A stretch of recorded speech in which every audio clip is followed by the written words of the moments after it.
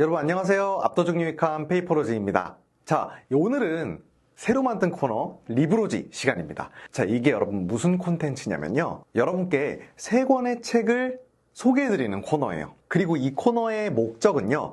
여러분의 인생책을 찾아드리는 거예요. 제가 추천해드리는 책에서 여러분의 인생책을 발견하실 수도 있고 또 이 영상에 댓글로 여러분의 추천책을 좀 많이 알려주셨으면 좋겠어요. 댓글로 알려주신 여러분의 추천책 중에서 누군가는 또 인생책을 찾을 수 있을지 모르잖아요. 그쵸? 네, 그런데 댓글이 많이 없으면 이 코너가 사라질지도 모르니까 좀 잘 부탁드리겠습니다. 오늘은 첫 시간이니까 간단하게 제 독서 패턴부터 말씀을 드리자면 저는 매주 일요일에 교보문고에 갑니다. 집이 과천이라서 주로 강남 전무로 가고요. 좀 삘 받으면 광화문으로 넘어가요. 그리고 저는 매주 5권의 책을 삽니다. 요즘 책값이 올라가지고 좀 부담스럽긴 하죠. 이제 매주 5권이면 한 달에 20권인데 권당 15,000원씩만 잡아도 월 30만 원 정도 하는 거죠. 그죠? 그럼에도 불구하고 이 책을 사서 읽는다는 거는 자신한테 하는 가장 유용한 투자라고 생각하고 있어서 계속 해 나가고 있습니다. 독서 시간은요, 아침에 일어나자마자 1시간 읽고요, 또 자기 전에 1시간 읽습니다. 이건 따로 1시간씩 빼서 읽는 거고, 그리고 일하는 도중에 이제 잠깐 10분씩 이렇게 좀 자주 보기도 해요.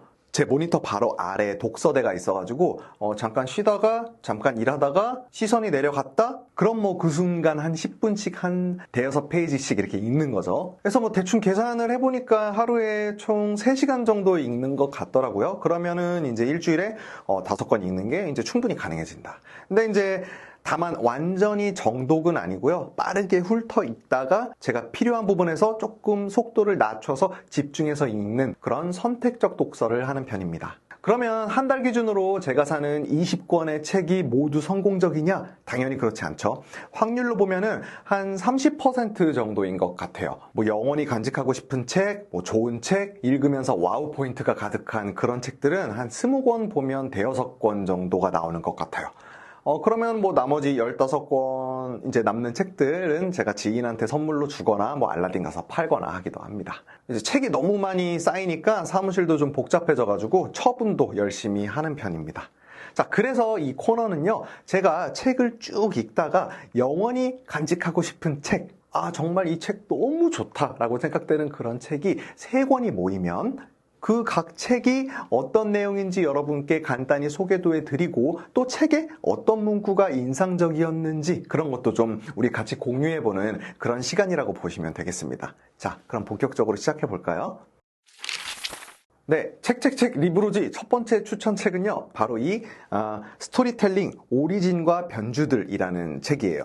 이 책은 장상용 작가가 쓴 책인데요. 이분은 러시아 문학을 전공하신 분이에요. 저는 책을 고를 때 작가의 어떤 배경이랄까 뭐 이런 걸 좀 꼼꼼히 보는 편인데, 보다가 이제 작가분의 배경이 제가 살아온 환경이랑 많이 다르다, 그렇다고 한다면 저는 굉장히 선호합니다. 배경이 다르기 때문에 제가 경험하지 못한 부분, 제가 혹은 뭐 앞으로도 경험하기 힘든 부분에 대한 그런 시각을 배울 수 있다고 생각을 하기 때문인데요.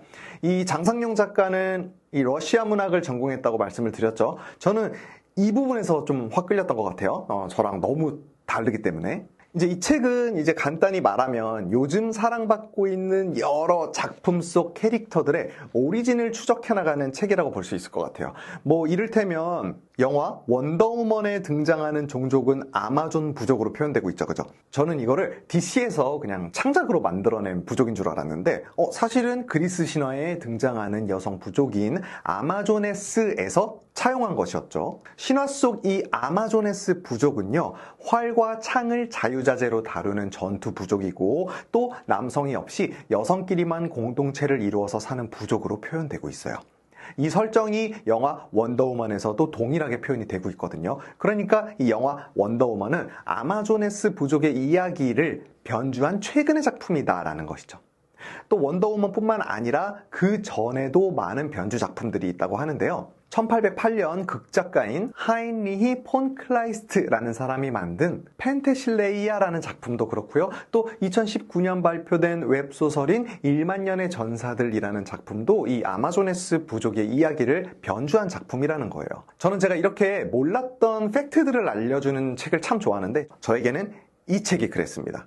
또 여러분 마블 영화 중에 이제 토르 시리즈 있죠? 토르 시리즈의 이야기도 이 북유럽 신화를 베이스로 만들어진 작품이죠. 그 신화에 나오는 이름들, 뭐 지명들, 특성들을 이 토르라는 영화에서 거의 그대로 차용하고 있었습니다.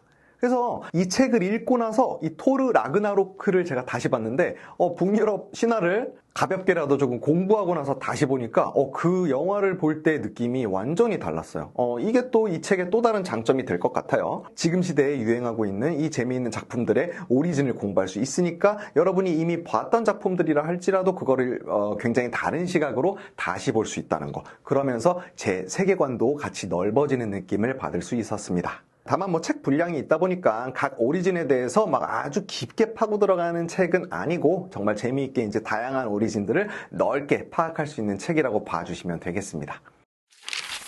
자, 리브로지 두 번째 추천책은요. 바로 이 책, 어떤 생각들은 나의 세계가 된다입니다. 자, 이 책의 분류는 철학이고요. 이충영 작가가 쓴 책이에요. 이충영 작가는 또 충코의 철학이라는 철학 채널을 운영하는 유튜버이기도 하죠. 네, 이분은 서울대학교 철학과를 졸업하고 지금은 독일의 베를린 자유대학교에서 공부를 하고 계신 분이에요. 역시나 작가분의 배경이 저와 많이 다르죠. 그래서 일단 끌렸고요. 또 제가 철학책을 좋아하기도 하고 해서 사서 읽어보니까 정말 후회 없는 책이었습니다. 이 책에 이런 구절이 있는데요. 내가 물을 마시는 현상을 설명한다고 해도 목마름을 해소하는 1인칭적 이유에 초점을 맞춰 설명하지 않고 내 몸의 생명 원리에 초점을 맞춰 설명할 수도 있다라는 구절이에요. 물론 뭐 책을 보시면서 와닿는 구절은 여러분 각각 다르시겠지만 그런데 저는 이제 기획을 하는 사람이기 때문에 아까 말씀드린 그 문장이 이제 특히 와닿았거든요. 그러니까 기획을 할 때도 똑같은 대상을 두고 어떻게 다른 초점에서 바라보느냐가 핵심이잖아요. 그죠? 해서 아까 이제 그 문장처럼 물을 마시는 현상을 보고 어떤 사람은 그걸 목마름을 해소하는 행위로 바라볼 수 있을 것이고 또 어떤 사람은 체내에서 불필요한 노폐물을 배출시키기 위한 준비 이렇게 바라볼 수도 있는 거잖아요. 그죠? 그래서 다른 시각, 다른 초점, 이거는 기획의 아주 중요한 핵심이지만 가끔은 잊고 살았던 저에게 따끔한 충고를 해주는 것 같아서 개인적으로 정말 좋았습니다. 또 이런 구절도 있었어요. 우리는 자신이 온갖 부정성을 품은 존재임을 인정하고 이 사실을 부담 없이 받아들여야 한다. 행복을 흘러넘치는 긍정성으로 이해하는 것은 우리가 가장 경계해야 할 시각이다. 정신의 행복은 긍정성이라는 물을 안정적으로 담고 있는 부정성의 견고한 그릇을 전제로 한다. 저도 이 부정성이 마냥 나쁜 것이다 라는 세뇌 아닌 세뇌를 받아서 무조건 긍정적인 게 좋은 거야 라면서 이제 최대한 긍정적으로 생각하려고만 노력을 해왔던 것 같은데 이 부정성이라는 것도 균형감을 위해서 꼭 필요한 감정이고 또 긍정이라는 것 자체가 부정이 있기 때문에 존재가 가능하다라는 것도 깨닫게 되었어요. 또 이 책을 통해서 이 부정이라는 감정을 마냥 나쁜 것으로만 받아들이지 말고 우리가 공존해야 하는 존재로 받아들일 수 있는 그런 마음의 준비가 저도 된 거죠. 처럼 여러분이 어떤 일을 하시던 여러분이 하시는 그 일에 멋진 철학적 인사이트들을 제공해주는 좋은 책이라고 생각해서 이번에 소개를 해드렸습니다. 자, 리브로지 마지막 추천책은요. 도쿄의 편집입니다. 이 책은 스가스케 마사노부라는 작가가 쓴 책인데요. 이 작가는 잡지의 편집자예요. 그래서 저는 처음에 이 제목만 보고 뭐 도쿄의 편집이라고 해서 뭐 일본 편집샵 소개하는 그런 책인가 하고 이제 몇 장을 읽어봤더니 이거 완전 다른 거예요. 뭐냐면 기획자로서 가져야 할 태도, 뭐 습관 이런 게 꽤나 상세하게 적혀 있었어요. 만약에 영상을 보시는 여러분이 뭐 브랜딩, 마케팅, 기획, 광고 관련 뭐 이런 일을 하시는 분이라면 꼭 한번 읽어보셔야 할 책이 아닌가 생각합니다. 제가 이제 여기서도 문장 몇 가지를 소개해 드릴게요. 뭐 예를 들면 클라이언트와 의견이 일치하지 않아서 일이 막히면 어떻게 해야 할까?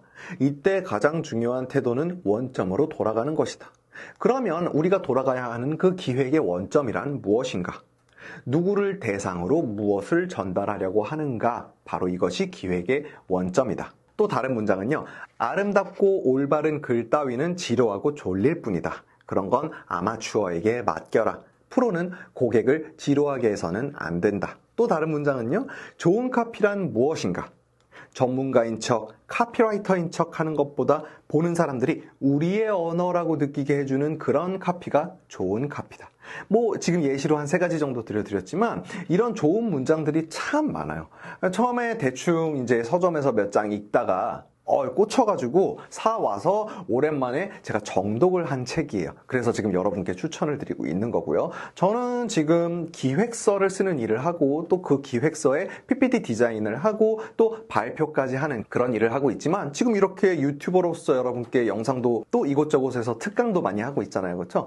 그런 저의 입장에서 봤을 때 정말 느끼게 되는 점이 많았던 책입니다. 뭐 이를테면 제가 느낀 게 그래, 아름답고 올바른 글 이런 거는 지금의 내가 쓸 필요는 없지 않을까? 나는 지금 고객을 지루하게 만들면 안 되는 사람이야. 뭐 이렇게 다짐을 할 수도 있었고요. 또 저 스스로가 어떤 전문가의 함정에 빠져서 본질을 잃고 마치 PPT 전문가인 척 뽐내고 그냥 그렇게 다니는 것보다는 제 조언, 제 이야기를 듣는 사람들이 맞아. 나 지금 이것 때문에 PPT가 어려웠었는데 지금 페이퍼로지가 말해준 것처럼 이렇게 하면 되겠다. 이런 걸 여러분께 느끼게 해드리는 게 훨씬 낫겠다라는 다짐도 다시 한번 할 수 있게 됐어요. 또 클라이언트와 의견이 안 맞으면 막 스트레스 받으면서 막막해 할 게 아니라 원점으로 돌아가면 되는 거잖아요. 그렇죠? 결국에 이 프로젝트는 누구를 대상으로 무엇을 전달하려고 하는가 여기 집중하면 되는 거거든요. 이 책에 나와 있었던 문장처럼 보통 이제 그 진심은 통하기 마련이어서 클라이언트와 있었던 이 의견 충돌이 마법같이 해결이 되거든요. 그래서 오늘 소개해드린 이 3가지 문장 말고도 정말 많은 깨달음을 느끼게 해주는 책이니까 여러분 괜찮으시면 한번 보셨으면 합니다. 자, 오늘 리브로지 코너에서는요, 이렇게 스토리텔링, 오리진과 변주들, 어떤 생각들은 나의 세계가 된다. 그리고 도쿄의 편집까지 이렇게 3가지 책을 추천해 드렸어요. 저도 처음 시도해보는 콘텐츠라서 좀 부족한 점이 좀 많았을 수도 있는데 여러분 어떻게 느끼셨을지 모르겠네요. 그런데 중요한 건 여러분의 댓글이 없으면 이 코너는 사라질지도 모릅니다. 그러니까 여러분 시간을 조금만 내셔서 라이크도 좀 눌러주시고 또 이런저런 의견들도 댓글로 많이 달아주세요. 또 댓글로 여러분의 추천책을 적어주셨으면 참 좋을 것 같아요. 어쩌면은 그러다 보면 우리가 서로 우리 각자의 인생책을 뭐 제 영상이나 아니면 여러분의 댓글에서 발견할 수 있을지도 모르잖아요. 그렇죠? 그래서 이 코너는요, 여러분의 인생책을 찾는 그날까지 함께 하겠습니다. 네, 지금까지 압도적 유익한 페이퍼로지였습니다. 여러분 감사합니다.